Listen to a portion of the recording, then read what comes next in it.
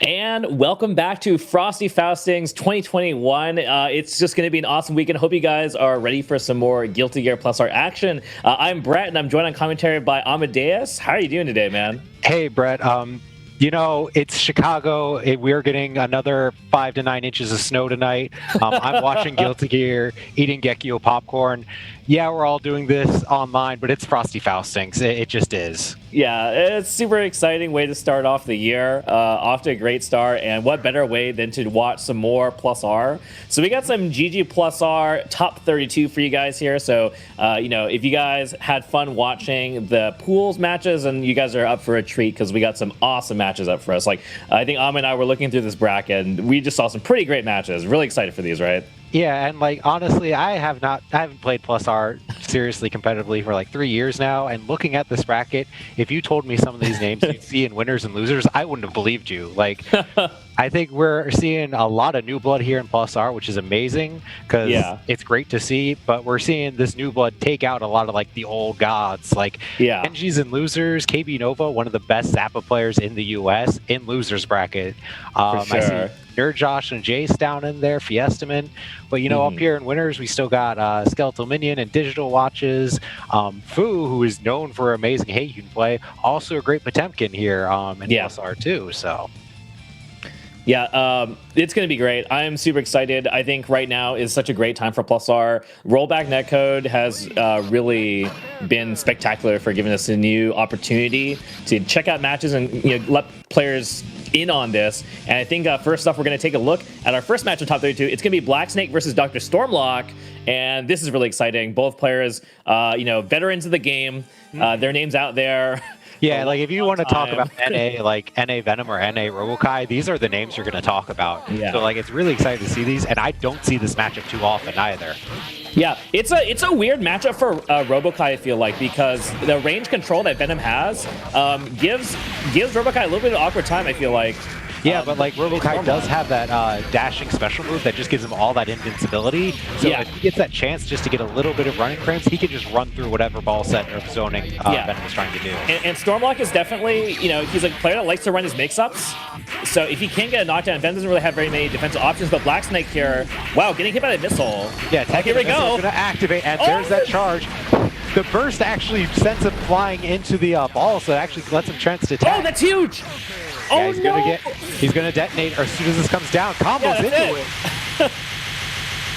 I thought that was a misbet. That might have been another Storm blockable. So for people who aren't familiar, Dr. Stormlocke, definitely known for being the Robo-Ky who loves these kind of gimmicks. He loves the mix-ups. He loves repeated knockdowns and crazy, unseeable stuff. So anything that might look like an accident might just be an intentional way to try and trick somebody. Here we go again. He loves this install super. Yeah, I mean, anytime Robo-Ky lands that dash, he goes into that T-pose, and when he stands in that pose, he gains 50 meter, so he can really quickly activate that, and stealing more meter with that command throw. Nice, there it is, the gimmicks! Yeah, definitely thought that was a mistake, but no, he just went straight into a command throw again. Oh, that was almost really good here from Dr. Stormlocke. He tries to use install super to see what's going on in DP. Doesn't work out, though, and blackSNAKE able to get a good amount of damage here. Lots of chip. Gonna have to back off here because the set mode is gonna go off, and there's the taunt just to delay his Okizeme. Huge counter hit! Yeah, he just reversed all the momentum. He can't burst this because it's all super. Oh, no, but overheat. Yeah, that's unfortunate. You can totally avoid that, but it looks like Nerves maybe big counter hit JH here, going for the meaty. Whoa! And oh no, he got out the trade in whose favor? Venom!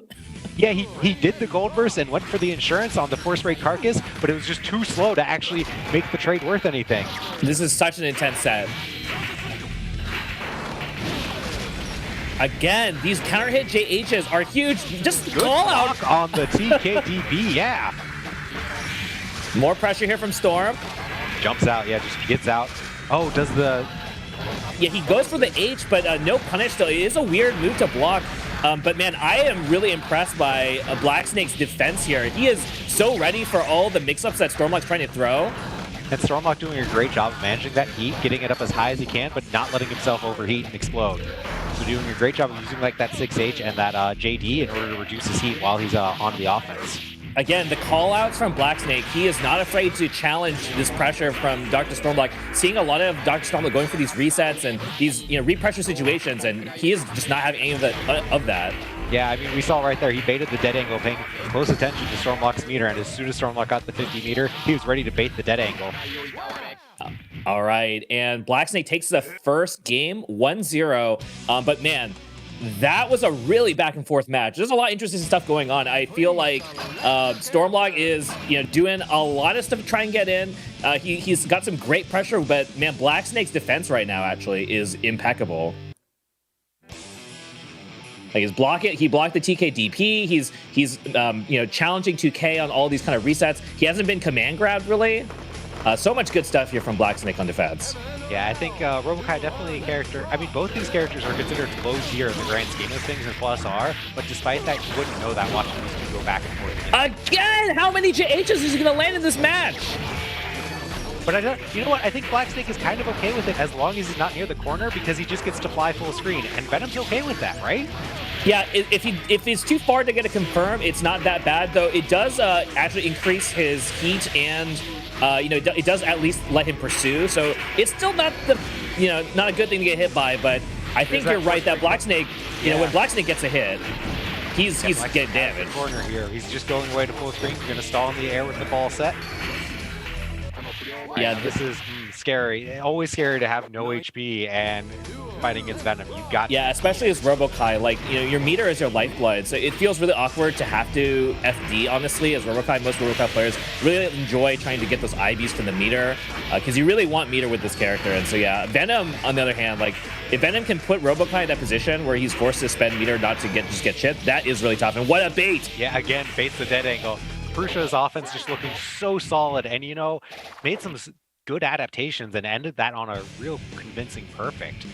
So I think just once he got started with the Venom pressure, Stormlocke had a lot of issues, and Fruscia was ready to bait and deal with all the defensive options. Yeah, I feel like that second game was a good demonstration of how on point blackSNAKE was with this match because, I mean, he was ready for everything, baited everything. And like you said, I think he was able to really brush off a lot of the hits that Stormlocke was able to find.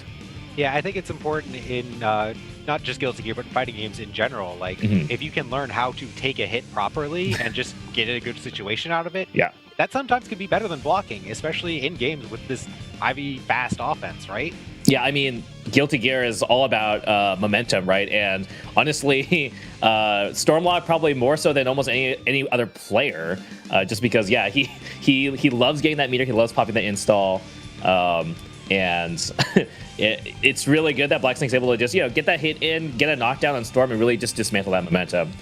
But man, okay, so in any case, I think the next match coming up here, we're going to be seeing RS versus Krackatoa. Yeah, Krackatoa, a really strong Faust player from up north, up in Canada. So I think I played against him a couple of times. His Faust, Faust very strong in Xrd, very strong in Plus R, just always a strong character. RS, I believe we saw on stream earlier playing Soul Bad Guy, the main character of Guilty Gear. So, I mean, again, Soul, he's in this version of Plus R, he's got Dust Loops, he's got Sidewinder Loops, so any hit he's going to do is just going to do so much damage. And RS is definitely a fun Soul to watch. The RS definitely stands for a certain special move, and he is definitely a Soul who is not afraid to do what needs to be done. And he's definitely one of those players that says, I'm going to do something until you can show me that you know how to deal with it.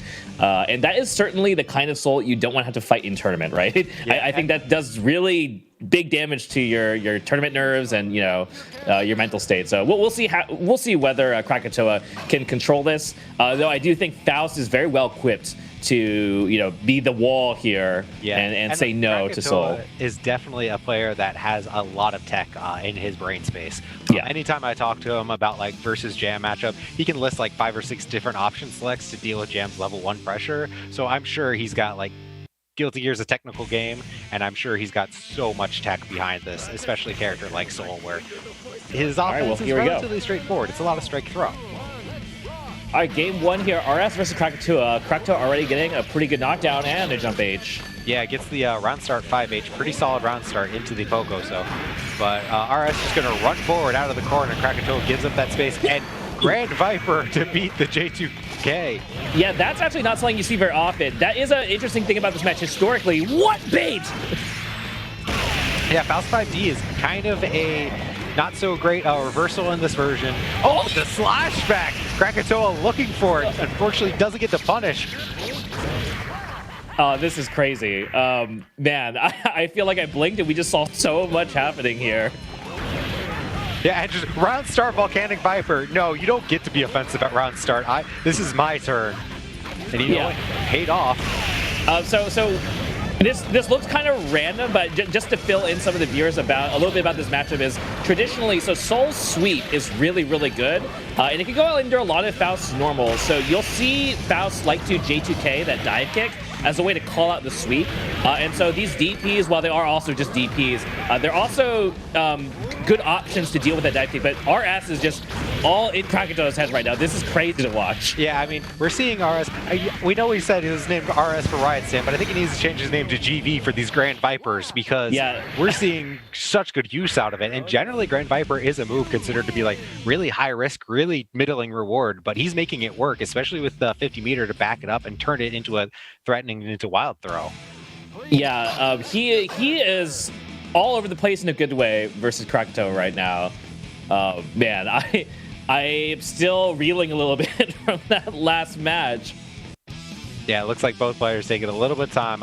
I think Krackatoa had control there of the character select. They get a little bit of time, take a little bit of a breather before he gets back into it, because that's always scary is when you just get run over that quick. Your heart's pounding, you got nerves, you got to get down, calm yourself, and be ready for it. Again with the DPs, such a good situation here, and wow, just safe jump JP, Krackatoa trying to challenge, probably going for like a 60 option select, or maybe it was that 5D again, who knows. And see, I think a big part of this is just... Look at that! RS is just like saying, well, you're not making these hits count. Like, you're getting hits, but you're not making them count because he's seeing Krackatoa just throw an item every time he gets a hit. And so RS is just going in because there's not enough of a threat behind it. Oh, so Gets good! The counter hit, but he even tries to combo. I'm loving RS right now. Like, he's just doing so much great stuff here. He even goes for the Dragon Install. Rare footage of Dragon Install. It's the clash. Oh, that's going to end. Oh, that is a knockdown. In this version, if Soul gets knocked down, Dragon Install ends. Baits the DP, counter hit close slash, but blows himself up. Oh no! It's not over. There it is! The wake up Grand Viper. Jump! And Soul JP and the IK taunt. RS making a statement on Krackatoa saying, I'm not even taking this serious. Oh, I don't know if we're going to see a match better than this one, I tell you.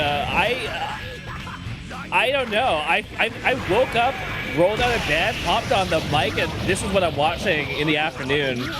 What a day. This is my Saturday. All right, here comes the Riot Stamp. Actually gets past the bomb with the Riot Stamp, just immediately Grand Vipers. Krackatoa not ready for it, and converts into a big Sidewinder loop combo, gets the corner knockdown.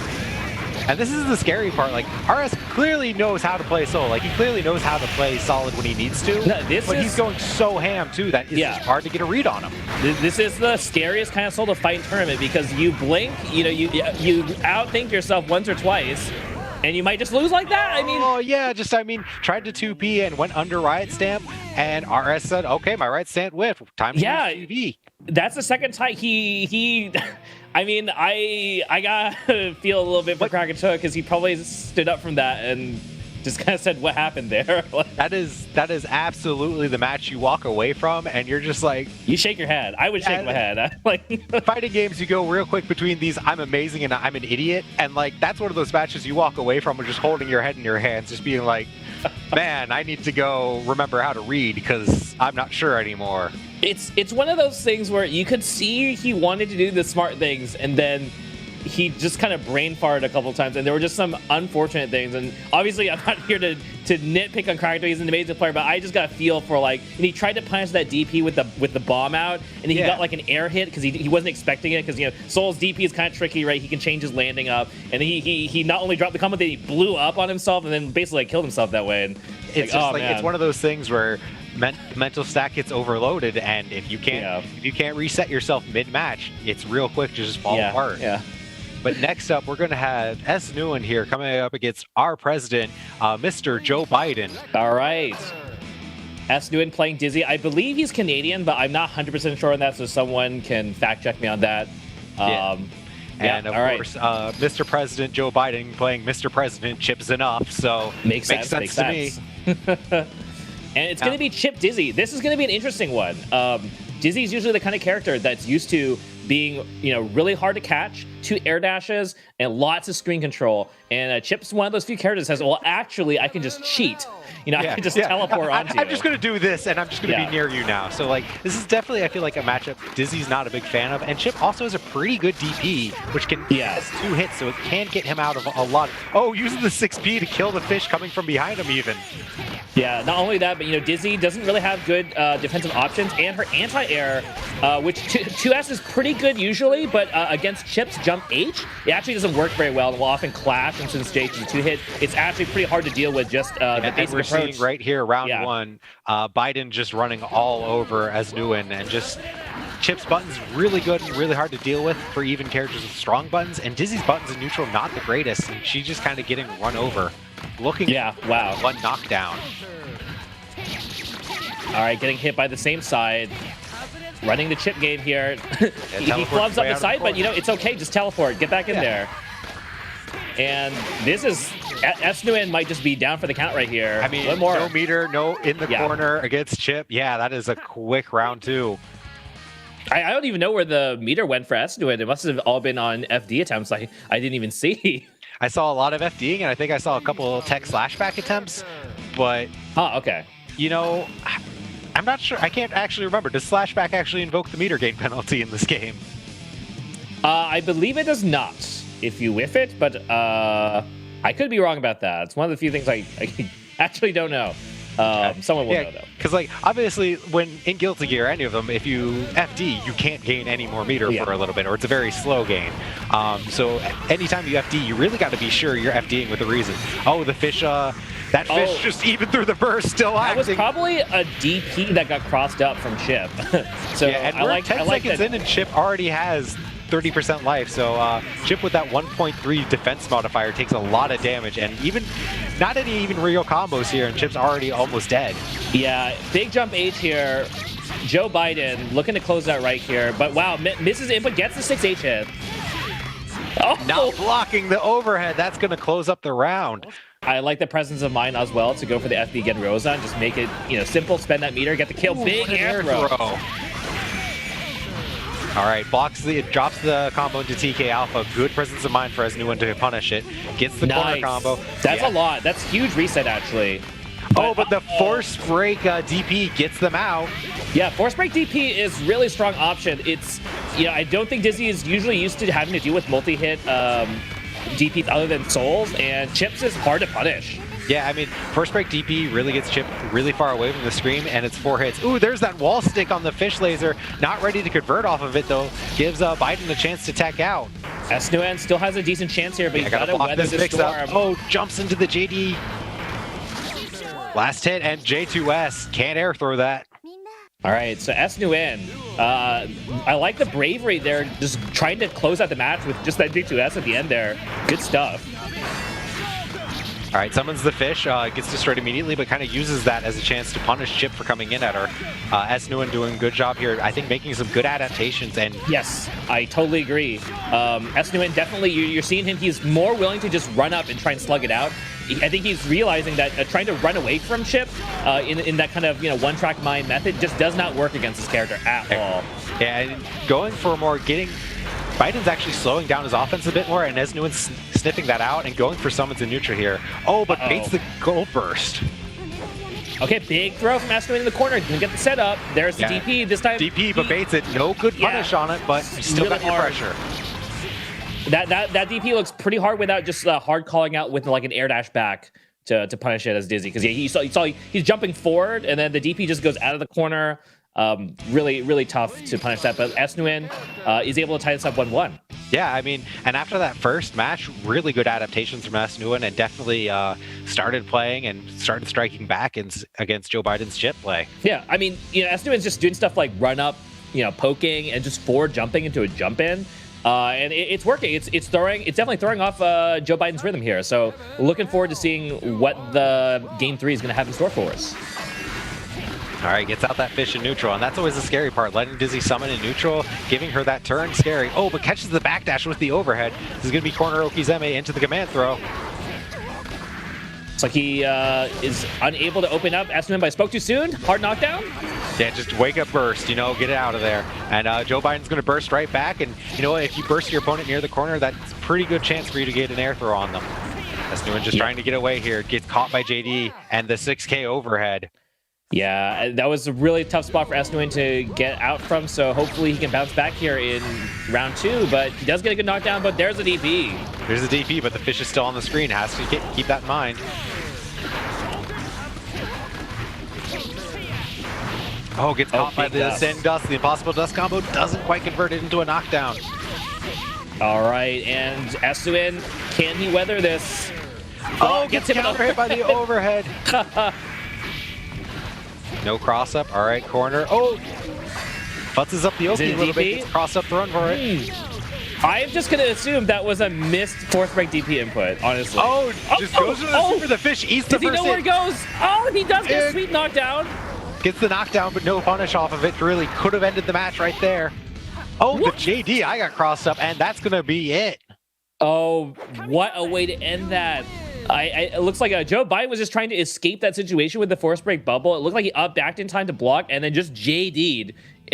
And that's... I mean, I didn't know what Chipp was. I would have gotten hit. Yeah, I mean, I was actually kind of rooting for Esnuwin there at the end because, yeah, he had some really good moments there to try and clutch out the situation. But, you know, Joe Biden just one step ahead, and Chipp is a hard character to literally see. Yeah. And now, next up, though, we're going to have one heck of a match coming up here. We're going to have a Faustmere coming up here between Ryyudo out of Colorado, representing the FitFGC, and our man ElvenShadow Bozak, the Faust player of North America, I would say. Yeah, absolutely. You know, ElvenShadow is a legend for not only running events, but also being able to win his own tournaments at the same time. Yeah. Not an easy feat in multiple games, too. Yeah, I'm sure ElvenShadow... We can probably talk about him for He's looking at the Matcherino right now and just, like, nodding his head, thinking, like, yeah, I think I can make an extra payment on the house this month, maybe. Absolutely. Really happy to be able to watch Ryyudo as well, though. See it live as Faust in Exerd, and excited to be seeing him jumping on this Plus R as well. Yeah. So yeah, it's going to be fun. Faust mirrors are pretty funny. I feel like there's really not much to talk about as far as the matchup or the mirror goes until we see what items are tossed. So we'll see how that goes. Well, I definitely look at these two players, and like ElvenShadow, known for coming from like the school of just the most aggressive rushdown Faust play out there. Like you wouldn't think that Faust has a slow ID watching Bozak play. But then Ryyudo kind of does play the more slower spacing style Faust play, where he's willing to throw out an item, he's willing to see what happens, whereas Bozak just goes in. So it's going to be interesting seeing how those two styles of play like clash against each other, right? Absolutely, yeah. All right, well, it seems like we're getting these players in, but yeah, Faust mirrors, see who gets the first good item. I'm just going to be looking at the RNG, honestly. I wish I had another clone of myself so I could just sit here and study various Faust players' RNG stats, because I think that'd be really funny. Maybe they'll do that in Strive. I know because in Exerd there was that part where they're kind of trying to show off their like stat trackers, if you remember that. Yeah, yeah. In Japan, like, you know, they had like when they had like the heart rate and all that stuff. So I would love to see like number of Faust items smash thrown, like number of trumpets thrown, another donuts thrown. Yeah, exactly. All right, having a little bit of net play issues here. It looks like. You know, the rollback's good, but we're still playing on net play, and both these characters, I mean, they're RNG-based characters with the item toss like we were speaking. We're going to be sticking to Accent Core Paris stage because that helps the RNG, apparently. Yes. It's still great, though, that these kind of matches can actually happen. The rollback update has gone, you know, such a long way since the first... closed beta or the open beta where Faust was like unplayable for a while. You can't pick Faust or Zappa at all, like in the first beta, where it's like it would just immediately desync as soon as you throw the first item. Desync happens. But I was actually like so impressed by how quickly it was. Only like a couple days after the first release of the open beta period where they immediately kind of fixed that and you can play Faust and Zappa as well. So that's really been super exciting. For people who are tuning in and who don't own this game, y'all should, because it's like $5 probably, and it's like $5 to $10. It goes on sale all the time. I picked it up for $3 because why not? Like, yeah, I mean, I would buy it multiple times if I wanted to. Basically, it's worth it. It's one of the best games out there with great netcode. So there's honestly no excuse. It's an amazing game, and it's booming right now. Now's the best time to try and pick this game up. If you're new, like, now is actually the best time because there's tons of other people who are trying to learn the game too. So you get to play. Sorry, go ahead. Well, I was going to say that a lot of the updates, actually, it's not just the netcode that got updated. They updated like a lot of the training mode to modernize it, because we know those old fighting game training modes. It's like it's a training mode. It's there. Hey! I remember when we could say Guilty Gear's training mode was good. I remember before other Arc System Wars games were like, man, Guilty Gear's training mode's really good. You can actually make the dummy block in different ways. You can actually like reset and go to the corner like as soon as you reset. But all right, we're getting to this match. ElvenShadow in the green, Ryyudo in the OG. So try not to get confused. Both characters, Ryyudo immediately starting out the RNG war, losing by tossing the donut, and ElvenShadow getting his little mini Faust on the screen. So. Oh, but there comes a dumbbell, and ElvenShadow ready, respecting that. Oh, but air throws into the bomb and ready to confirm off of it. I actually haven't seen that timing. That's so cool. That's the first time I've seen that. ElvenShadow. Like the air throw bomb, like right as the chuck is happening. That's really cool. Okay, pressure here from ElvenShadow. Like, he loves doing this. Great force break drop though. Gets some damage in. Gets him out. I mean, he's going to be playing with a pixel of life here. Going to be hoping to throw some donuts. That's your own little man's there. Don't got to block it. And that particular situation is worth highlighting here, because I think normally Faust players feel like far-slash item toss is pretty safe because you're usually so far away, it's hard for people to challenge. But far-slash item toss is not plus, and the other Faust can just press far-slash. Yeah, they can just also far-slash item toss back at you. It's definitely something that feels weird in the Faust mirror. Is this? You usually, I think, as playing Faust, usually the one who feels like you can always press the buttons and the other guy can't because they're too far away. But yeah, you got to actually hold that now. Yeah, I mean, any mirror match in any game is going to be strange because you're going to all of your strengths as a character become all of your weaknesses at the same time. So it's definitely something. Yeah, that force break is a great low crush, but doesn't do anything really if your opponent's hitting you with a mid. Blocks the overhead. Oh wow, he actually gets the S door. Trying to bait something out here. ElvenShadow does have a lot of meter. Oh, but meters are coming down. Are they going to come down in time? It. No, they don't. Oh! And Ryyudo ends up just by a couple of frames taking that round. All right.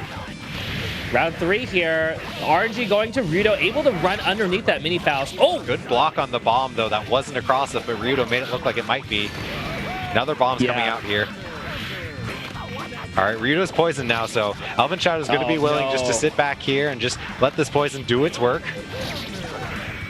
And now the reversal of the situation here. Ryyudo trying to get out of the corner. ElvenShadow backing up and giving him some space. Yeah, I mean, here comes Mini Potemkin down on the field now. Now, Mini Potemkin, he's going to walk to that Robo-Ky, but he's still coming along, just chugging along. He's here. I was thinking to myself, I wonder if dead angle in that situation is maybe a great idea, just because you throw them back into the Potemkin faster. Maybe, but I mean, both players playing with about the same amount of meter here and about the same life bar. ElvenShadow gets opened up, goes for the burst, runs into the far slash though. Oh wow! All right. And ElvenShadow taking that first game, but it was pretty back and forth. A lot of actually very similar situations. One person kind of gets, I mean, they're both throwing items at the same time a lot of times. So any of the situations where one Faust gets like a food and the other one actually gets something that helps them out of neutral, and suddenly the game state really pivots. Yeah, and I think like ElvenShadow is actually giving Ryyudo a lot of respect here, not just trying to run him over. He's actually willing to back off to that zone 3 and both toss an item and just play around what items show up. He's got that confidence that he's going to be able to deal with whatever items come out better than Ryyudo might be able to. Yeah. All right, and Meteor's off the bat. This is not fair. Mean, that's a great start because this is going to give him knockdown and throw another item. Good challenge. Ooh, that 5K. Faust 5K, an amazing button. Really good counter poke with it. And on that counter... Oh, wow! 2 hammers in a row. 3. I mean, that's trying to get out of the corner. That is Does get the JD. One of the scariest parts of fighting Bozak is, while it's all random, Bozak seems to be able to get a lot of those anti-air hammers more than not. I like these crouch into whiff punish far slash from ElvenShadow. It looked like he actually got hit out of it, timing it too early that previous time, so it looks like he's really going for that consistently, and that's really cool to see. That just really goes to show he's super ready for this mirror. Yeah, I mean, ElvenShadow, back when Zynak was still in the US, I mean, they played all the time, so ElvenShadow definitely used to this mirror match. And I think it's starting to show here. Runs in to actually clear the mini-Faust out of the screen. I actually respect that, because now he's going to be able to use his own mini-Faust to get in there. But he's actually going to toss him into it and tech into J2K, the Faust special. Ryyudo has an opportunity here with corner pressure. That's a pretty decent item to get too, but ElvenShadow just poking out. And just run up and throw him into the mini-Faust. Ready for the tech bond Z time, but Ryyudo doesn't bite. All right, Meteor's going to come down. Ryyudo doesn't have to work about it since he was doing a throw. Yeah, ElvenShadow. Oh no, he has to block the bomb. Good oh, is that nuts? Ryyudo and takes the round. Amazing awareness from Ryyudo, seeing that bomb, knowing that ElvenShadow was going to be forced to block after recovering from the dive there, and just, all right, I'm going to cross you up. Oh, it's happening. There's the proxy unblockable, get knocked down. And the overhead cracked Ryudo's dome open. Oh, he's just on the pogo. What are you going to do? All right, had to burst there, but gets nice punished again. Yeah. So clean. A perfect from ElvenShadow. Moving forward in winner's side. And man. Something I think we've seen a lot from ElvenShadow is just going on that pogo in the last round, and just that's where it's scary, because you don't know how to deal with Faust on a pogo necessarily. So just go to that on the last round and just crush whatever they're doing. Faust mirrors are so great. And welcome back. Let's do it. All right, so like I said, we got more mirror matches coming up here. That's my favorite thing to see in Guilty Gear, is not play in mirror matches, but watch mirror matches, because they're always a hoot. No, this one's going to be really cool. I mean, blackSNAKE versus Pep in +R, like, really cool. I mean, I'm really excited to see this. This is like new blood versus old blood, right? Like, blackSNAKE, OG of, I think he probably started playing Guilty Gear back in Guilty Gear X, I would even say. Yeah, super OG player. And Peppery definitely made his presence known playing Johnny and then going to Venom and Xrd, and now coming back to ACR, and we've seen how strong he is in ACR. So like, yeah, he has really impressed me. I mean, obviously he's a strong player, so it shouldn't be that much of a surprise, but still, like, this is a pretty different game, and while there are a lot of things that do transfer over, I've been really pleasantly surprised by how quickly Peppery has adapted his play into this version, and yeah, it's just been great to watch him. So really excited. I have no idea how this one's gonna go, and it's a Venom mirror, which is just such a weird thing. It's really all gonna be about tempo. Neither character really has defensive options. You're gonna see these players kind of vying for control over who has the tempo advantage to set balls and then, win neutral here. And something else that might matter, so PepperySplash has got the white balls on this background. I'm not sure what color balls he's got. blackSNAKE actually has the red ones, so they might actually be a little bit tougher to see on this stage background. That's something that actually kind of matters in this mirror match. It definitely does. At least they're not the same color, though. I think that's one of the weirdest parts of the mirror, is when both players have the same color ball set. But here we go, blackSNAKE getting a throw combo and Pep immediately bursting it. Not going to deal with that. And of course, blackSNAKE playing the black and white color, PepperySplash running kind of the mauve, weird fuchsia color there, so. All right, and blackSNAKE has control of the corner now. Tries to read like an anti or something with that force break mad throw. Yeah, trying to read PepperySplash, maybe trying to ID out of the corner. PepperySplash using that force break stinger to take the ray off of, and I think that's going to be around. blackSNAKE chooses not to burst, not quite enough. Yeah, and Venom is honestly pretty skinny, so that is a little trickier, I think, on Venom. And now it's anyone's game here. Let's see. I mean, both players looking for chip damage, and Peppery gets the dash under close slash. Yeah, all came down to that one gambit. Good stuff, Peppery, taking the first round.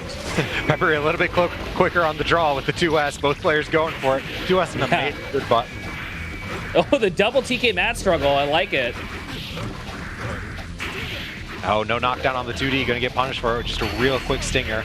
Oh, gets the force break carcass out there. That's called insurance by Venom players, because he's always going to come back for you. Good challenge here from Peppery, trying to reverse the situation, but blackSNAKE again just showing his real mastery of knowing exactly when the opponent's pressure or setup is fake, and getting that 2K or 2D out there. Yeah, just does a stinger raw in his face, doesn't have any meter to FRC or misses his FRC, and PepperySplash is aware of that and jumps out, gets out of the corner out of it, and a good air throw to start his own pressure. Oh, that was such a good conversion. Actually punished the backslash with 5P TK. And a bad dead angle, but no real good punish on it. Gives blackSNAKE one more chance, but Peppery coming down with the mad struggle. Yeah, looked like Peppery finally got like the hard knockdown situation he was looking for, and we saw he was really able to take that knockdown and run with it. Yeah, PepperySplash looking a little bit not sure what blackSNAKE is trying to do in the neutral, but making his hits count a little bit more, and I think that's really just what edged that match into his favor. But of course, that's something that you can do to kind of get that whole tighten up those hit confirms, and you can start taking the matches back. Yeah, I mean, I'm still just impressed that he got a punish off of backdash with 5P, force break, mad struggle. Like, that's just, you don't really see that. And he didn't want that, obviously. He was probably just looking for an overhead, but the fact that he actually got something off of it was crazy. All right, Frusha already caught in the corner now, going to have to block Venom's own pressure. Oh, but manages to get his way out of the corner, forces Peppery to burst early with that 5D. But what a slick air throw. Again. Yeah, I mean, Peppery known for his good air throw, and Venom a character whose air throw is very powerful. Oh, this is just all Peppery right now. Yeah, Peppery representing Venom's strong throw game. I mean, Venom basically gets a full confirm into knockdown off of any throw, no matter where he's at the screen, which is a very strong tool to have. And it's looking tougher and tougher here for blackSNAKE. He's looking for an angle to get in on corner pressure, but Peppery just snipes him with the force break stinger.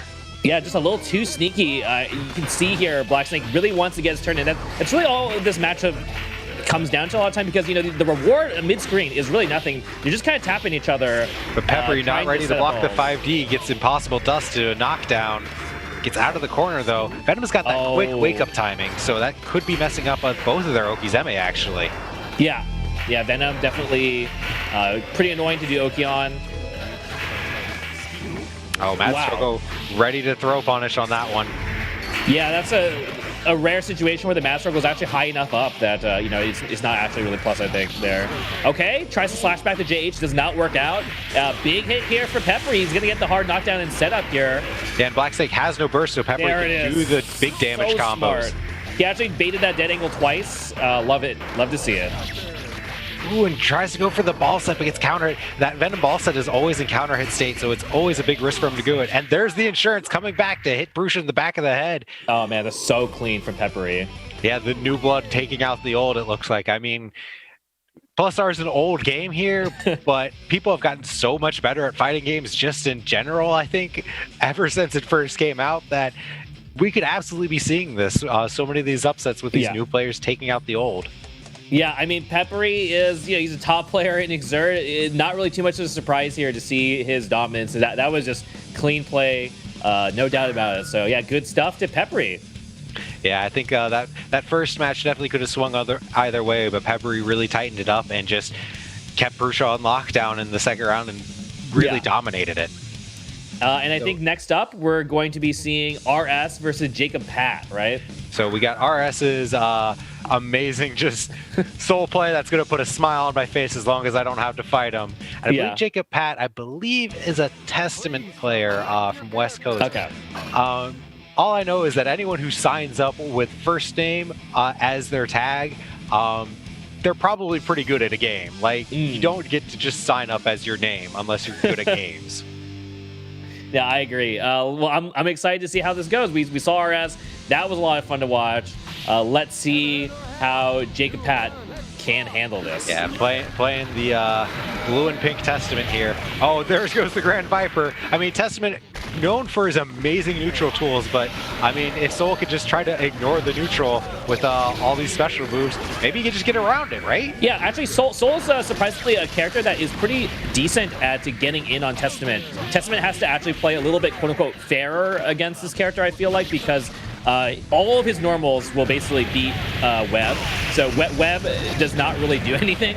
And there's the Wake Up Grand Viper into the clean hit Sidewinder loop. Gonna get the knockdown. I mean, Venom, he really doesn't have great ways to get out of Soul's pressure, because Venom's way of getting out of pressure is a parry almost with Warrens, but Soul's doing strike throw mix up anyway. Yeah, I mean, Warrens, yeah, it's pretty scary when Soul has a command grab. On top of that, Warren isn't even, invincible, or it doesn't trigger frame one. So, I mean, honestly, Wake Up Super is probably the best option. But, I think it really has more to do with the neutral. It's actually pretty okay for Soul, if I'm going to be honest, in my opinion at least. Yeah, RS using that Soul JP to clear the webs. I mean, an amazing normal, but Jacob Pat getting the knockdown, going to get his Okizeme started. RS actually just gets hit and gets out of the overhead. That's actually a really common situation for people unfamiliar with Testament. If Testament tries to go for the overhead in that mix-up situation and they just get hit by the beast, then you can't combo off of it. Yeah, and time for RS to get in. I like it. Burn the meter. You're near the corner. You've got a meter. This time he actually timed it, so he was actually able to get a combo off of it. See if he can. They try and close that with Curse. Oh, and the Grand Viper doesn't pay off. Going to be match. Yeah, so RS going a little bit too much. Jacob doing a good adaptation, I think, in the second round there. Just saying, all right, I've got this meter. I'll use it for the dead angle. Oh, okay, yeah, just accidentally picked Kai. Yeah, I can't switch characters when you're a matchup, buddy. So, luckily knew where the back button was. It's select for those of you that aren't sure at home. Well, it's weird, right? Because it is select, but I think when you're playing on PC, the button can be like different things. So yeah, you can map it to wherever you want. It's whatever you have as reset in training mode. So Jacob gonna back off. Oh, the VV. I think here's what's happening is RS is expecting Jacob to try to play this game with him, and Jacob's just not. And now I think RS might have made the adaptation here, and just all right, I'll just run up and wild throw you then. And this is what's scary, when the Soul starts playing just that solid neutral game against you, but you know they want to ham out too. All right, good burst, yep. Tree's there, good air throw, and Testament with one of the best air throws in this game because it gives him that curse. So you see that curse all above his tension, that means that web now that he's set is stronger. Yeah, but it looks like it's a super web, so it might not come into play here unless he chooses to band and revolve. Oh, it's gone. I just saw it come off the screen there. Not quite enough damage to kill their Testament with not much guts, but just too much life to get through. And the beat out of 5D. You tried to reset me? No, hold this Dragon Punch. DPing in hit stun like a lord, goes right under that web. Riot Stomp, it's still there. The overhead. Hey, in the corner. You see how easy it is for Soul to just jump P, jump H, jump whatever he wants his way through any of these webs. There's the Gravedigger, gets the combo. Good burst there, waited for the Badlands to burst and gets out of it. But finds himself in the other corner now. That's really unfortunate here. Jacob Pat is dropping a lot of punishes, but this is a really key hit here. If he can actually get this Ender into Curse, and then Meaty. And Wake Up BB gets him out of the corner. All right, yeah, just spends the meter for the dead angle. Doesn't want to deal with it, but Jacob ready to throw the safe jump. All right, so Jacob Pat, honestly, Jacob Pat's getting a lot of free damage here. RS is, he's doing these Hail Mary Grand Vipers. Most of them aren't working out. Yeah, just ready to get these throws. I think Jacob's starting to catch on to how RS has structured his offense and starting to deal with it. Burst, and he's going to have to block that web. That's the fun part about Testament. Bursting does not clear webs. There's the Grand Viper. All right, this is going to be good damage with this clean hit Sidewinder loop. Oh, whiffs the last one. That's not going to be a knockdown, and just throws. All right, and the curse. Here comes neutral. Oh, it's the IAD Sidewinder, I think, which I am a big fan of. So he wanted my soul there, but there's still the web. All right, well, did he try to slash it back? I think he tried to. There's the Okizeme, but again, he just gets hit and just gets out of the overhead like we were talking about. It's definitely throwing off Pat, and gets air hit by Grand Viper means no clean hit. Jacob Pat's going to get his burst back here, though, so if he can just take one light hit, he can still burst. Okay, both players only need one solid hit to finish it off. There's the Grand Viper. And he can burst, he RCs it to punish it, and so smart. He knew. he was looking for that burst, and he was ready. He was so ready with that. All right, 1-1. So I think both players making a lot of adaptations around each other. RS still willing to go ham, still willing to go nutty, but playing a lot more of that more what you'd see as like a standard Soul play of like using a lot more of his like JP and JH, and it's starting to throw Jacob off more. Yeah, I'm really liking also, it looked like, I want to say it was intentional, which was after getting all these dropped Oki into 6P situations from Jacob, I think Jacob's adjustment is to try and delay the EXE Beast, but doing that makes it not meaty, and the last time Jacob tried to go for it, RS actually just jumped out of the EXE Beast. And look at this damage off of a counter hit Riot Stamp. Drops the Ender, so it doesn't get the Goki's MA, but that's half of Testament's life bar gone because you got counter hit by Riot Stamp. I mean, Testament with a character, typically your answer against Riot Stamp is just to 6P it, but because Testament 6P is an overhead, it is awkward for him to use that against it, right? So it is something Soul can represent. I mean, I think RS is realizing that Jacob can't punish Grand Viper. His punish game on Grand Viper is not working out. Yeah, there's another one, but I mean, this combo is. But with all these traps on the screen, you have to respect them. And I think he forgot about that net behind him and just walked back into it, got caught. There's the Riot Stamp. Riot Stamp very hard. All right, blocks the full Grand Viper, but all right, do we get it confirmed? We get it confirmed into the corner and just wake up PV. Yeah, just doesn't respect, but he gets the curse off him. Gonna have to block. No, he does not have to block. I'm sorry, I lied. There's the Tech Gravedigger. Jacob just, you know what? Just throw it right back at him. Jumps out, gets caught by the second hit. Got FD that one too. Oh man, RS he's doing exactly what I was saying, which is just he's doing stuff and saying, hey, if you can't show me you know how to deal with it, I'm just gonna keep doing it. And you know, it's like, oh, I see that you're doing DP safe setups, but I'm gonna DP anyways, and oh hey, it worked. All right, yeah, RS just controlling the corner. This is actually really good. He's doing this slow, like just controlling the corner, and he's DPing, but he has the burst behind him, so he's kind of allowed. And Jacob just not sure how to get out of the corner here. Gets counter hit, trying to bar out by Bandit Revolver. I wonder if that was actually the invuln frames on the Bandit Revolver that time. Yeah, Bandit Revolver does have like 3 invuln frames for some reason. It baits the burst!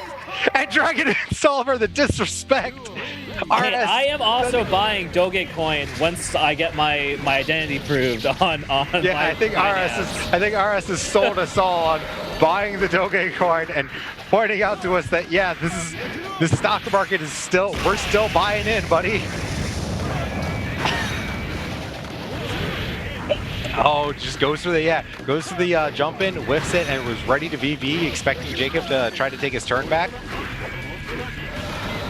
Oh, the right step get over the EXE Beast. I like it, yeah, because again, Testament doesn't have a solid 6P. Good blocking from RS here, gets caught as I say that. And there's the Abare into the RC, gets the full confirm. A lot of damage here. Even without the clean hit, one more hit might kill. There's the DP. It just does the VV. Now, Jacob does have all this meter, but it's not going to matter. And what RS a 5K. Coming back. I think what a 5K. RS is like, I love watching this guy play Soul. I hope I never run into him in tournament. That is like the hardest type of Soul player to come against, because like once they start to get into your head, you just start to second guess everything you do. Yeah, no, great match again. RS definitely the crowd pleaser of this block so far, and yeah, he's gonna be moving forward farther in the winner side. So looking forward to seeing more of that. And speaking of second guesses, I think we're gonna see a lot of interesting play at work here in this upcoming match. We got Joe Biden versus Digital Watches coming up next, I believe. Yeah, so we got Chipp, who can just go wherever he wants, versus Axel, who controls the entire screen space. My understanding is this matchup is pretty even. Axel does a surprising amount of damage, and of course, while Chipp has a great DP, Axel mostly focuses on those air tech resets, which, if you're teching in the air, it kind of doesn't matter what character you are, you're going to have to deal with it one way or the other. Yeah. So I think this matchup is fairly even and going to come down. And of course, Watch is one of the strongest Axel players in North America. I think Axel definitely has tools to deal with Chipp. It is a little bit scary having to deal with teleport, though. There is definitely an awkward angle where Axel doesn't really have like a direct above him angle. So yeah, he's got his 2S, which goes up and forward. So the thing about 2S's hurtbox actually kind of extends kind of bad. So sometimes it can trade poorly or just lose sometimes. So I think teleport JH can still put in a lot of work in this matchup. But definitely, I like what you're saying about how Axel can kind of just play outside of like the DP range, and he plays that contained game, right? Yeah. So, well, I'll be interested in seeing how this goes. Maybe we'll see funny stuff like maybe we'll see some Alpha Blades. Maybe. Yeah, we'll we saw Digital Watches earlier if you're watching the pools, and he was using a lot of the H Rye, which if you haven't seen that, maybe you're used to Xrd Axel, but in Plus R, he's got access to an H version of Rye where he jumps off the top of the screen and then comes flying back down. And he can actually hold it while he's up there and move left and right. So Watches was using that earlier. I don't know if that's a good idea to use it. I mean, it's a very creative move. I'm always really excited when I see people using it. It's certainly a move that if you have the skills to leverage it, it is by no means like a meme move. It's solid if you know how to use it right. And if anyone's going to be able to do that, it is definitely Digital Watches. He is the Axel in NA for sure, and he has been for a long time. There we go, talking exactly about the contained from the DP range. Yeah, just why do I have to? I don't have to worry about your DP because I'm just going to be poking you from all the way over here, right? Now, President Joe Biden just trying to just maneuver at this range, trying to make Digital Watches overextend, press a button, and punish him, coming at an awkward angle. But Digital Watches not baiting it, just repositioning. Oh, no, he tried for the air throw punish, did not quite get it. The wrong way, Axel Bomber almost converts off of it. Look at the life bars, by the way. There hasn't been any really solid combos here, but Joe Biden's already lost about 80% of his life just by getting tagged randomly. Oh, but there's the command throw. All right, Joe Biden, he's trying to make his way to come back in this round. Gets hit by the dust. Just the dust, and that's going to end it. Yeah, that is just got overloaded there. Finally had to sit down and block and wasn't ready for it. There's starting out the round with Rye. I mean, both players just looking for positioning advantage here mostly and not really getting any solid hits against each other. Oh, there it is. Yes. All right, finally gets a knockdown and goes in, and there's the DP. Joe Biden going to represent it. Oh, okay, here we go. I like the stuff here from Joe. He does get a knockdown. Oh, his meter. Baits out Axel's reversal. And he's still in control here. Digital Watches fighting for space. There we go. He just runs out and teleports away from it. Going to get the punish. Chipp fast enough to run away from HRI, and that's going to be it with the OTG hits. And wow, Digital Watches actually going for the counter there off of the Rekka. So showing a lot of confidence in trying to deal with Joe Biden's pressure here. Yeah, there's an alpha. I really like how it is upper body invincible, I believe. So you can't beat that 5P poke. We saw him trying to use it in round 1 as well. So I like that. There's that early burst too. I really like how these two are playing the neutral game, where they're really just trying to bait the other player into overextending, into pressing a button when they shouldn't. There's the counter hit. Yeah, that is also a move that is pretty plus R only. It's actually got some really great properties on it. So happy to see Digital Watches demonstrating it here. Lots of damage coming out here. In the corner leads to all of this damage.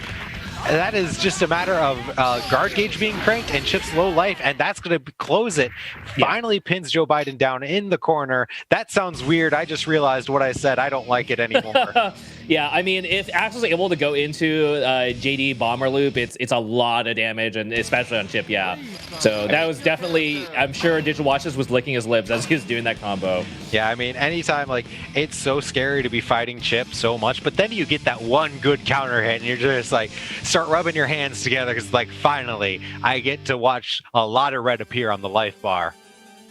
And Axel, definitely a character that you don't think is a high damage character. He can definitely output a lot of that damage in plus R like that with those bomber loops. Yeah. I mean, that being said, Joe Biden definitely not out for the count. He's definitely got a lot of things he's been trying to just try and get around it. This time he does try to go for the punish. Yeah. I like it this time. He tried it the air the last time, didn't really quite work out. Much better punish this time. I think he realized, oh, it's like you can't really do anything if you whip that move. So yeah. Now I was saying 6P. Joe Biden's just kind of consistently just a little bit out of the range to punish Digital Watches, going for these overextensions, and it's just like he's just not quite close enough because he's just trying to play just far enough away that he doesn't have to deal with like a Rensengeki coming out at him. Good air throw though on the tech. Oh, wow. Watch is actually going for 2K there. I think just trying to call out an air approach, not working out, and goes to the same side. All right, ready to block the teleport. But now Joe Biden caught in the corner. FD jumps out and Walkling's out of the corner. Oh, basically the counter with the teleport. Yeah, I'm liking this adaptation here from Joe Biden. Like we were saying before, yeah, he's taking damage, and he's missing a lot of opportunities because he's kind of dancing in and out of that range. But you're seeing here that, yeah, he's actually making good use of actually finding the gap in the neutral here from Digital Watch. That being said, Digital Watch is probably about to end this round just here. Gonna hold that, gonna hold your burst, gonna go on to the next round because you know what, you don't want to run that one back. That round ended before I could finish my single sentence from the commentary, so yeah, let's move on. Round 3 here. Oh, and there's the good trade on the reversal, and yeah, Joe Biden's gonna burst that, get out of that knockdown situation. Yeah, and Joe Biden bleeding quite a lot here. Digital Watches only needs one more round to win, and wow, okay, gets the burst. Gonna get a knockdown from this. Oh, wake up super! Oh! He pressed a button, gonna get caught by it. I think it was actually so slow. I think he tried to do like a save jump, and then the 2P came out. And then the super came out after he was already committed. All right, conversion to the triple jump combo. And there the command throw catches the slash back from that range. That command throw so strong in Plus R2, has so much strike invincibility. It's really hard to punish that move in Plus R. For people who are only used to AC or even Exert, that move is so good now because it is strike invincible for a long time and it doesn't really have much recovery. Yeah, so I will say playing Plus R ruined me for trying to punish that move in Exert, because every time I see it in Exert, my instinct is to jump out because you're not allowed to hit it, right? No, that's only an AC plus R. There's so much of that strike involved. Yeah, if you try and jump the leaf throw, he's probably going to air throw or DP for it. Yeah, like, even if you try to punish him for it. Even if you try to jump and come down with a button, he'll probably recover soon and use his amazing 6P to anti-air you anyway. All right, so it's 1-1 now, starting Game 3, Round 1. And so far, we're seeing a lot of alphas. Yeah, flying around the screen. Almost flies back into the Rasho.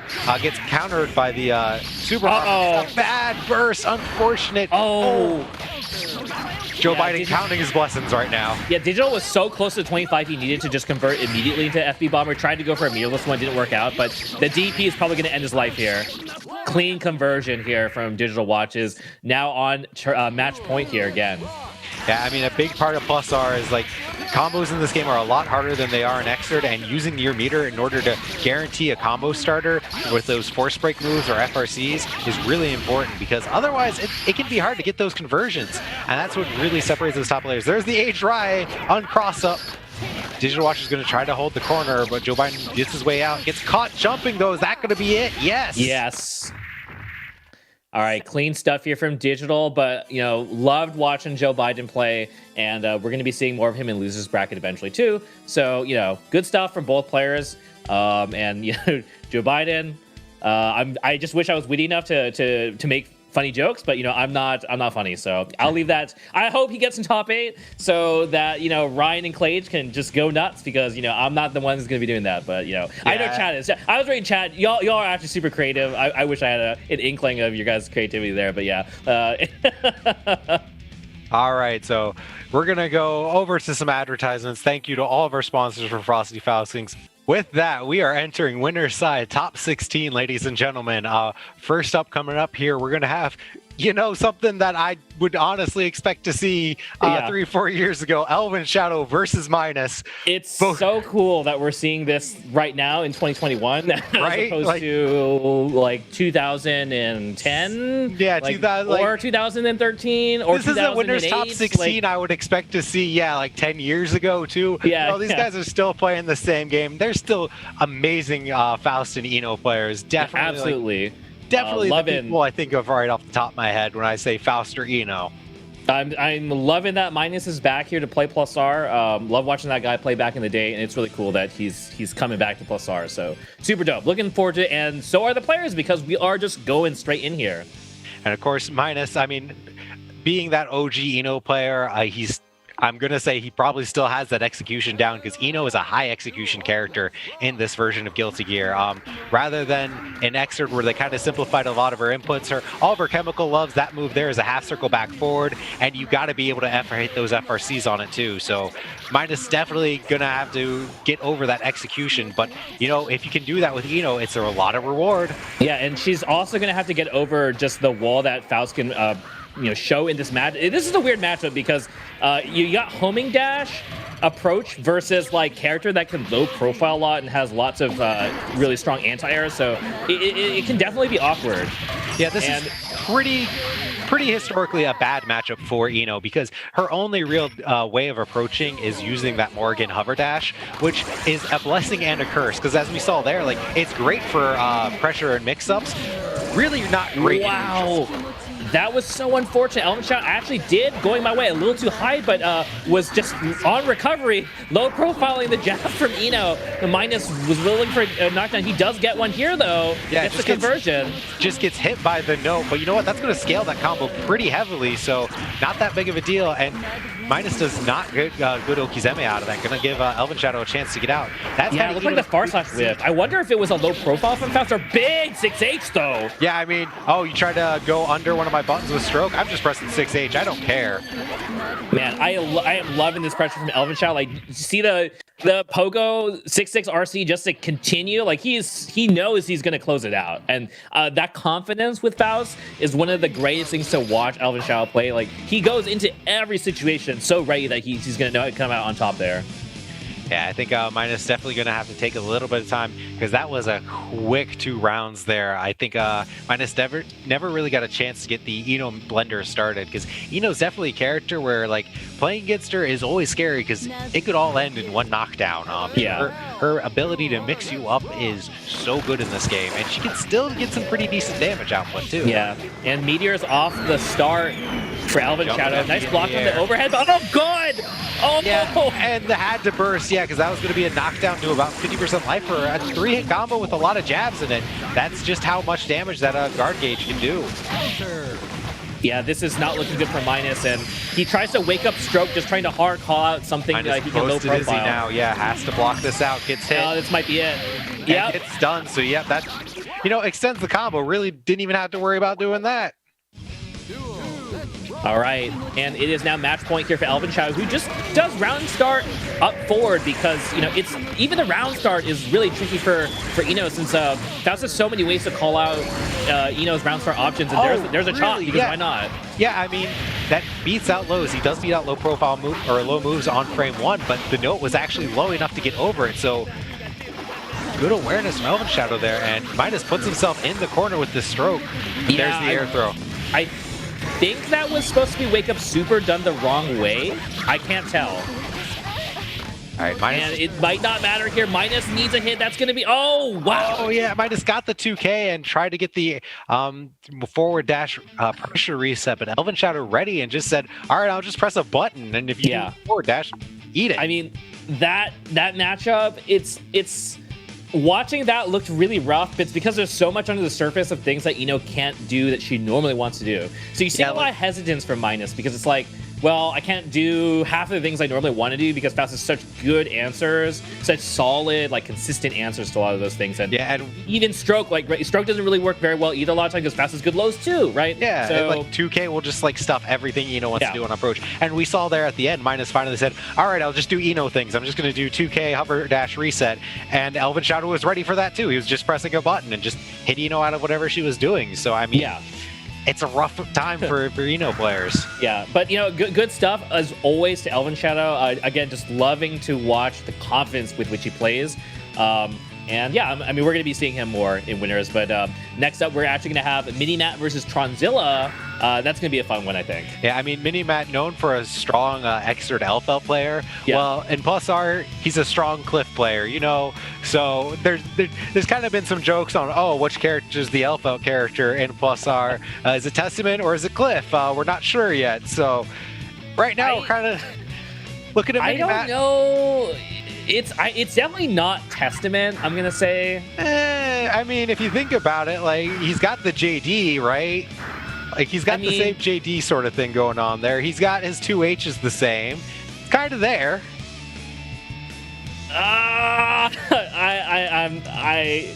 Even if you're right, I don't want to admit it. So I'll put it that way. All right, that's fair. Yeah. All right. Of course, Kliff, a character new. I mean, Plus R is an old game at this point, but still new to Plus R. Like, Kliff and Justice were always banned in the old version of games. They were not available in the arcade, unbalanced. Well, now they've been completely rebalanced, completely remade, and now are playable in GGXXAC+R Plus R. So, and we're actually getting the lore matchup here. Tronzilla playing Justice. So very cool. Tronzilla a player who from SoCal who I've basically seen him in the scene for a long time. I'm really happy that he's stuck with this game. He's a player that he is not afraid to get beat up, you know, by players stronger than him and learn from it.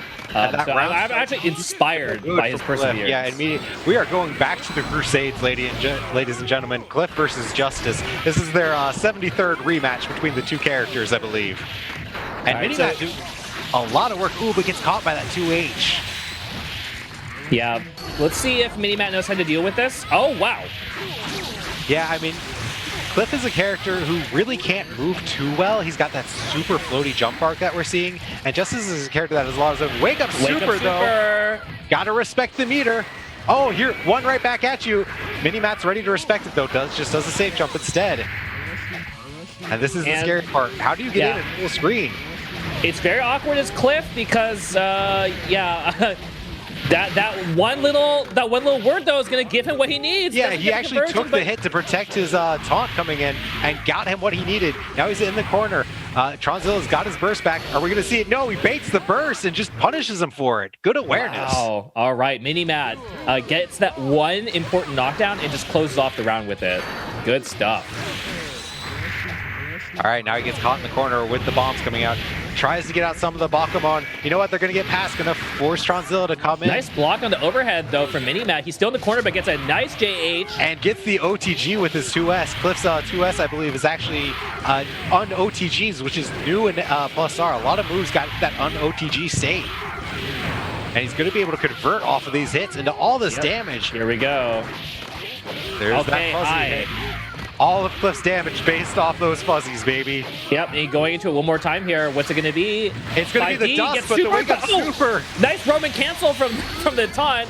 Whoa! But Kliff's tiny hurtbox. Yeah, so that force break from Justice is really only her shoulders as the hitbox, and Kliff is very small. So it actually just whiffed that force break entirely going through. It gave MiniMatt the chance to tech and punish it. Yeah, Tronzilla really needed that hard knockdown. Very unfortunate place, but MiniMatt got to be feeling really good about that one. Yeah, I mean, this is not a matchup I would expect to be good for Kliff with his slow movement. But MiniMatt actually, even at that full screen range, he's still able to kind of come in and get that taunt out, get those projectiles out on the screen, and force Tronzilla to make a move instead of trying to slowly approach through all the missiles. All right. Oh, the OTG burst gonna punish with a throw, and there's that un-OTG.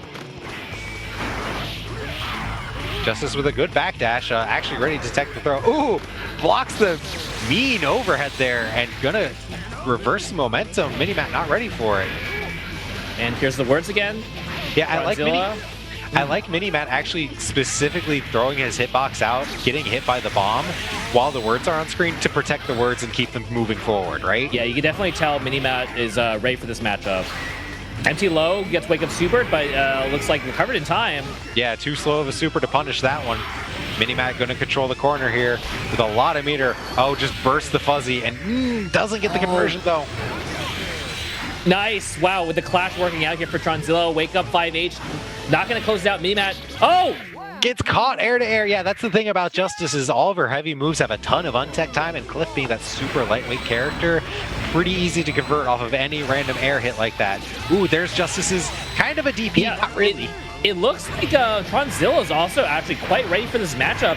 We're seeing him, going for the counter against the saddle and using JS as well. So I'm actually really liking how both these players seem pretty ready for this matchup. And just gets caught by the taunts. I mean, that's minimal damage, but wow, burst. That's huge. That means all the meter here in the world for MiniMatt. Now he might be able to. Can he run back with this? Yeah, gets caught by the projectile. All that damage off of it. Oh, MiniMatt just... that is a KOF super, ladies and gentlemen. And gets caught by the bombs. I love the attempt, though, for MiniMatt. Like, if he had just been a little bit faster, I think that would have worked if he just had enough time. But, to be fair, I feel like Tronzilla was really clean in that game compared to game one. Yeah, I mean, that the pendulum swung entirely the opposite direction that game for sure. MiniMatt looked really dominant in that game one, showed a lot of knowledge about the matchup. And hey, you know what? Tronzilla showing he knows the matchup too here, going right back at him. Yep. All right. Game 3 here. Still a lot of adaptations from both players as both players are saying, hey, I know the matchup too. Oh, yeah? So here we go. Corner pressure from Tronzilla. Jumps over that taunt.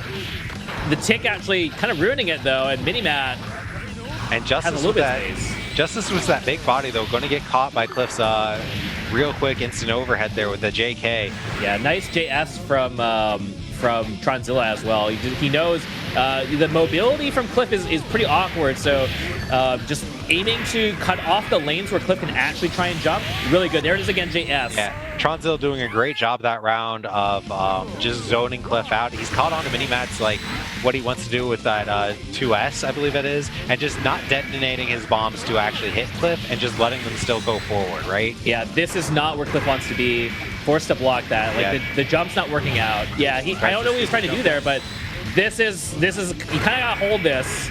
Yeah, caught in the corner. There's that 6P quick overhead. MiniMatt has to burst here, but super Tronzilla for the chip. Yeah, Tronzilla actually misinputted, uses the super to try to save him. Is MiniMatt going to be able to get in a little bit of Stormlocke here? Oh, okay, so here's the same situation. This taunt doesn't look like it's gonna work out, and MiniMatt, he's got to figure out a way in. The trade kind of works out. He's got a chance. Oh! It's the knockdown with the Nape Saddle. Gonna have to come back to win with it, though.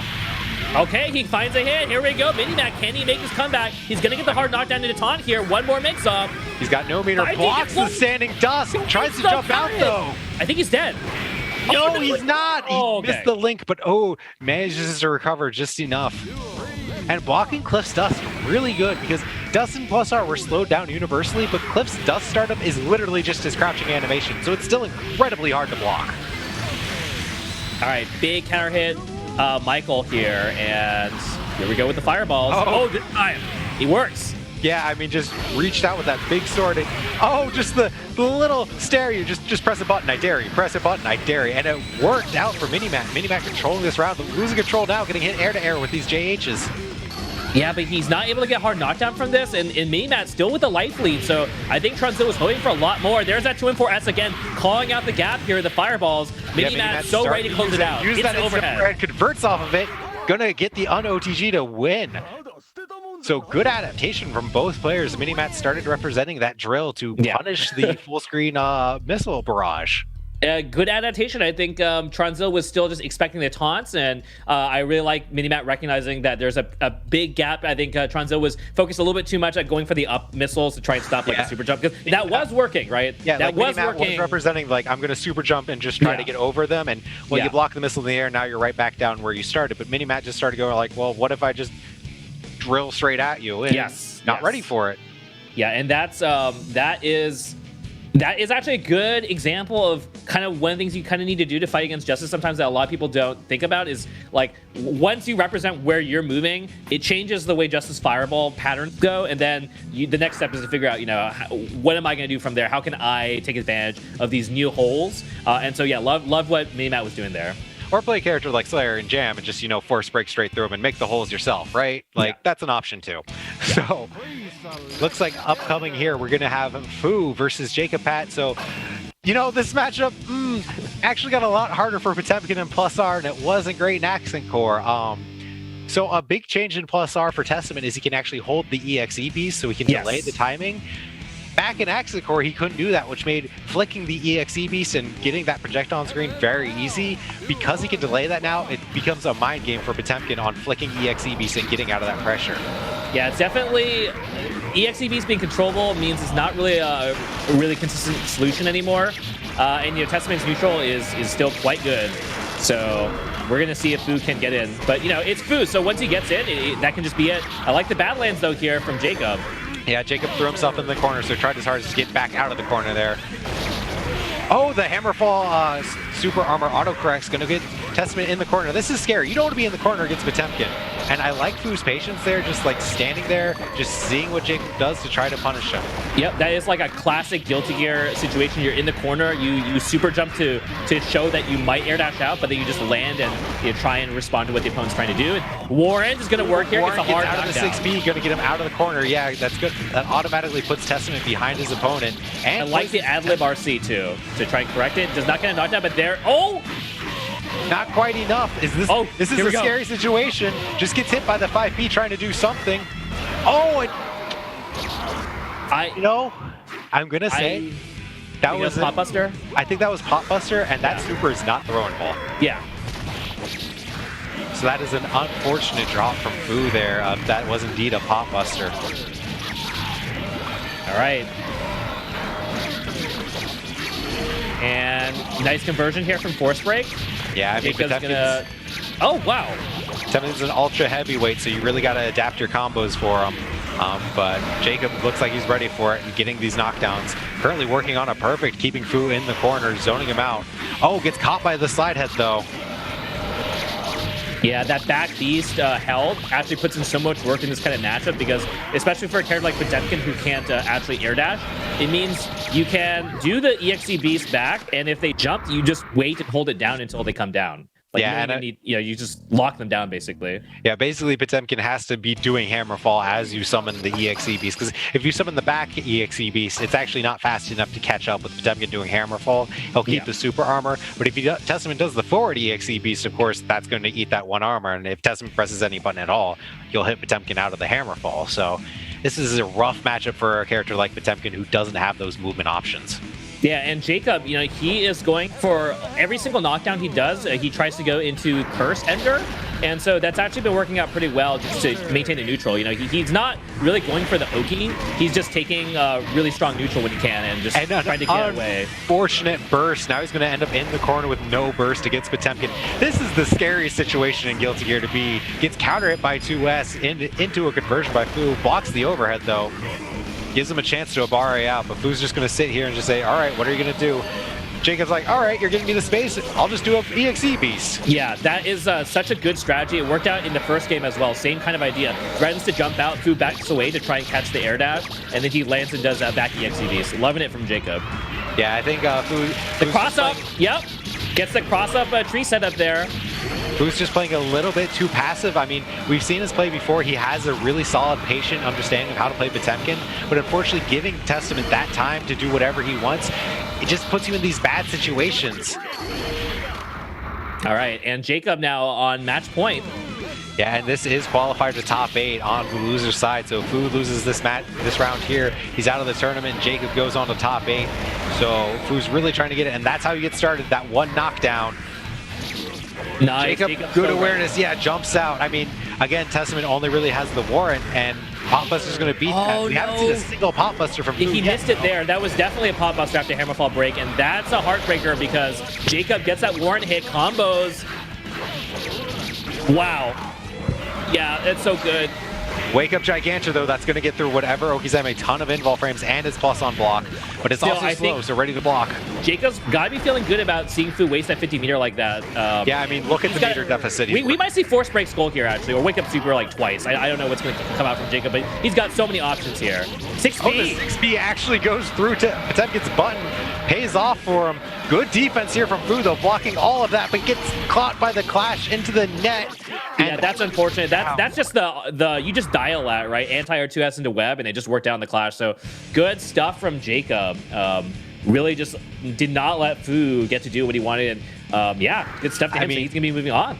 That's the matchup, right? It's like you have a character that has all the zoning, all the screen control versus a character that really just can't move. And like, while Slide Head is generally Potemkin's kind of anti-zoning tool, unfortunately the EXE Beast is constantly harassing Potemkin. He has to play around it. So Jacob did a really good job demonstrating the power of held EXE Beast. It's one of those changes that I mean, we think of how good the old EXE Beast is, which it was amazing, but man, the kind of options you get from being able to hold down back beast is just and just force your opponent to second guess their options, so right? Good. It's so good, yeah. It's you just create checkmate situations. I'll stop ranting about Testament though. So our next we're going from a character that has no movement options, struggling with Testament, to characters that have all the movement options they want. We're having President Joe Biden versus good old KimJongPhil, otherwise known as a crazy Korean, another OG, Millia versus Chipp coming up here. Yeah, it's going to be Joe Biden versus KimJongPhil. I'm pretty interested in seeing how this one's going to play out. Chipp Millia is a pretty interesting matchup because, yeah, like you said before, it's the two high-speed characters. Yeah, I mean, I know the matchup generally falls to Chipp's favor because Millia is a character who really relies on outspeeding her opponent. Well, guess what happens when you're fighting the one character of the game that is faster than you? Millia players dislike this. So yeah, definitely. Especially just in terms of the scrambles, it's generally a little bit easier for Chipp to come out a little bit ahead in the scrambles. You know, Millia really wants to get that specific hit, right? Yeah, she wants to hit into knockdown into disc, and it's really hard to find that hit against Chipp. It's really hard to find that hit because he can actually outmaneuver Millia. Yeah. And on top of that, as we've spoken about before, he has a really good DP. So she still has to do her DP safe Okizeme, whereas when Millia gets knocked down, you know what? She doesn't have many reversal options outside of her super. On top of that, while Chipp is generally a character that has to worry about, well, I just take so much more damage than my opponent, in this case, it's kind of even. Millia also has a really low defense modifier, so both characters are glass. I feel like, you know, in terms of both characters have really good sweeps, but, you know, Millia, if she lands a sweep from kind of tip range, unless she absolutely knew it was going to work, it's not very easy for her to go into real Oki. She can kind of do a little bit of a fake Oki, but, you know, you can kind of, it's not meaty, right? Whereas Chipp, you know, lands a sweep from, like, the tip of sweep range, you're golden, baby. Yeah, just, you start doing just jump forward FTC and guess, right? Like, yeah, so, like, there's no blitz to save you in this game. Ground game's kind of annoying, I feel like, as well, risk-reward-wise for Millia, because, yeah, she really wants to kind of play a little deeper, and Chipp just doesn't really need to be there. So I'm interested in seeing how this one plays out. And in terms of players as well, like, you know, really good stuff to both these players are making it this far, and I have no idea how this one's going to play out player-wise. I mean, both these players, we've seen Joe Biden on the stream earlier during this top 32, definitely a very strong Chipp player. KimJongPhil, OG Millia, one of the strongest Millia players, I'd say, in NA. Right up there with, like, Sim back when he played Millia. Of course, he's a Haas main now, so. Yeah, I mean, I feel like from watching Joe Biden play today, I feel like he's got a really good handle on the speed aspect. I feel like, you know, he fought against some really strong opponents, and he's in losers bracket as a result. But from watching, I feel like the one thing I felt was the strongest impression from watching him was that he has a good handle on that speed. Like, he can manage the speed of the character, and he knows, like, what he needs to kind of do movement-wise to try and make the match happen. And so I feel like that's going to work out for him pretty well in this match. So I'm interested in seeing what KimJongPhil's going to do in response to that. We're going to see a lot of air dash footsies, I'm sure of it. Like, both these characters are just going to be playing the floor as lava.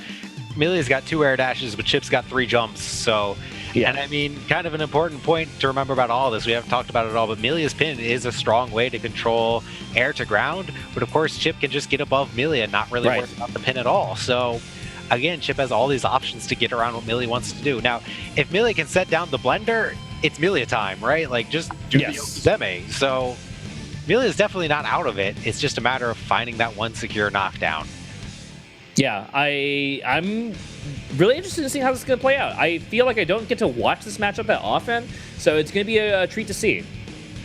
Yeah, it looks like we're having a little bit of connection issues. So players are trying to get one play. It looks like gonna try to get in here. So yeah, I mean, sorry, go ahead. We could talk about Chipp versus Millia all day, but, you know, we're wrapping up here. Top 32 going to go into top 16 after this, I'm sure. Yes. Actually, I think, is this one not a top 16 qualifier? I think it is. I believe it is. We are in the top 16 qualifier. I think the only other one we're looking at here still to go in top 32 is actually a Midwest team kill, blackSNAKE versus Kenji. So that is another. That is an OG match. Oh, I wish I could watch that one right now. Yeah, wow. Like, that's one of those where I have to root for both of them. They're both my bros, right? Like, yeah,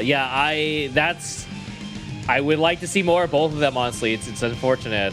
Yeah, unfortunate that one of them is going to have to, I would say go home, but they're already there, probably. Yeah. So. Go do something else, I guess. Yeah, watch the stream. Yeah, but in the other matches we have, we're gonna be having, I think, who else is ElvenShadow's gonna be playing up against Digital Watches in top 8, and it's gonna be RS versus Peppery. And man, I do not think I would have been able to predict that top 8. turn out for the winner's side. I mean, ElvenShadow and Digital Watch is definitely some of the definitely that one. But RS versus Peppery in top 8 winner's side is like, I would not have guessed that. Not to downplay either of those players. It's just there's so many crazy players here. It's so good just to see the new blood leveling up, right? And just show. Today is definitely RS's day. That's all I'm gonna say. Is from what I've been watching, and I know that RS isn't even playing right now. But I gotta be hyping him out because man, he really showed up today. So. All right, well, we got both players in the lobby. Gotta love net play. Gotta love troubleshooting net play issues. But we finally got both players in the lobby. Let's do it. Chipp versus Millia. Battle of the Speedsters. All right, KimJongPhil on the left playing Millia versus network mode. Crash immediately. Versus Joe Biden on the right. Yeah, no. What was the opening gambit there? Dash 2P from Chipp. Dash 2P from Chipp. I mean, a strong opening gambit. If against Millia, like her round starts are not necessarily the strongest, right? I guess we'll break down the round start here because we got nothing else to go off of for a bit. Millia's like greediest round start is round start 2D, but that's awful greedy and can be beaten by a lot of things. So generally, Millia likes to get away at round start. And Joe Biden kind of called that bet and just ran up in 2P'd, and started his pressure right away. So now, of course, we run into this issue with playing online. Is that going to adjust the next round start? Now we have... It's a good question. Now we have the mind game against each other. So. Be round start far slash for Millia, baby. It is a good button. Round start far slash, a good button for Millia. It doesn't really lead to much unless she gets the counter hit, but... It's true, but it is 7 framer, I think, so it is quite good first range. So I maybe we'll see more of that just to try and stop KimJongPhil from trying to be greedy. I don't know. Like it just seems really annoying for Millia. You also have to deal with Gamma Blade. Like that's also just a really annoying thing. Yeah, I mean, Gamma Blade is just one of those things. It's not quite as strong as it is in Xrd, where like in Xrd, it's basically forward EXE beast from back in vanilla AC, where it's just you do the input and now it's out. Doesn't matter what your opponent is doing, but it's still an amazing way to control the ground space, right? It forces your opponent to jump. It is always +5 on block. I have to tell myself this every time I fight Chipp. Yeah, looks like players are ready to go again. So let's see what we got here.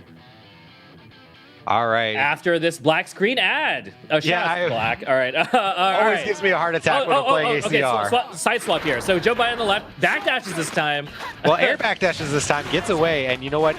Already losing track of both characters, just using that speed. And there's that far knockdown. And as you're talking about, that's not real Okizeme at that far 2D range. All right, conversion here. Joe Biden staying on the offense.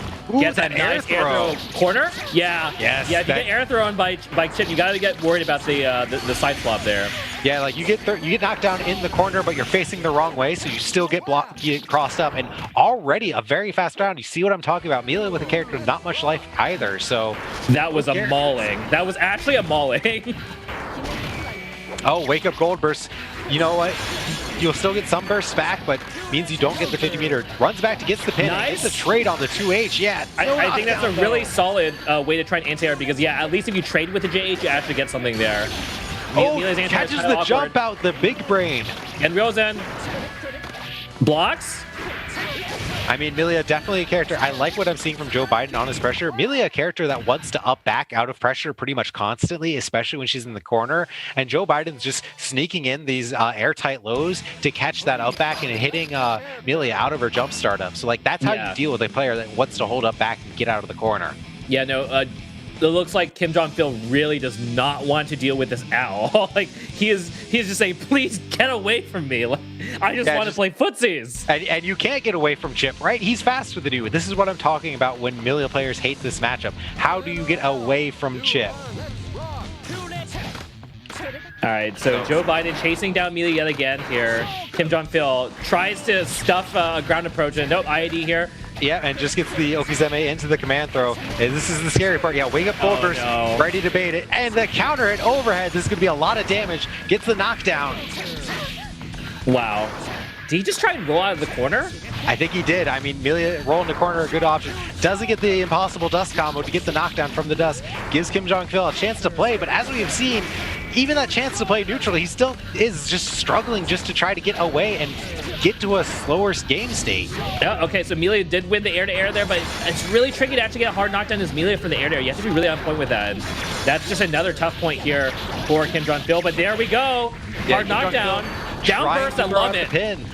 Yep. Trying to pick the pin back up, but just can't quite get it. You've seen a lot where Phil is just trying to represent the pin just to force Joe Biden to slow down a little bit in neutral. Ooh, 5P on the teleport. Good check. Okay, here we go. Does get something here.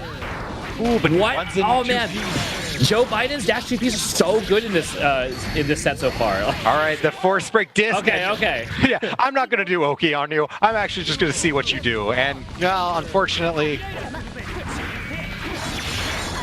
All right, so good adaptation from KimJongPhil, going for the pin more and using that to kind of try to slow Joe Biden down more in pressure, because as we were seeing in that first game, if Phil lets Joe Biden go too crazy, he just can't keep up.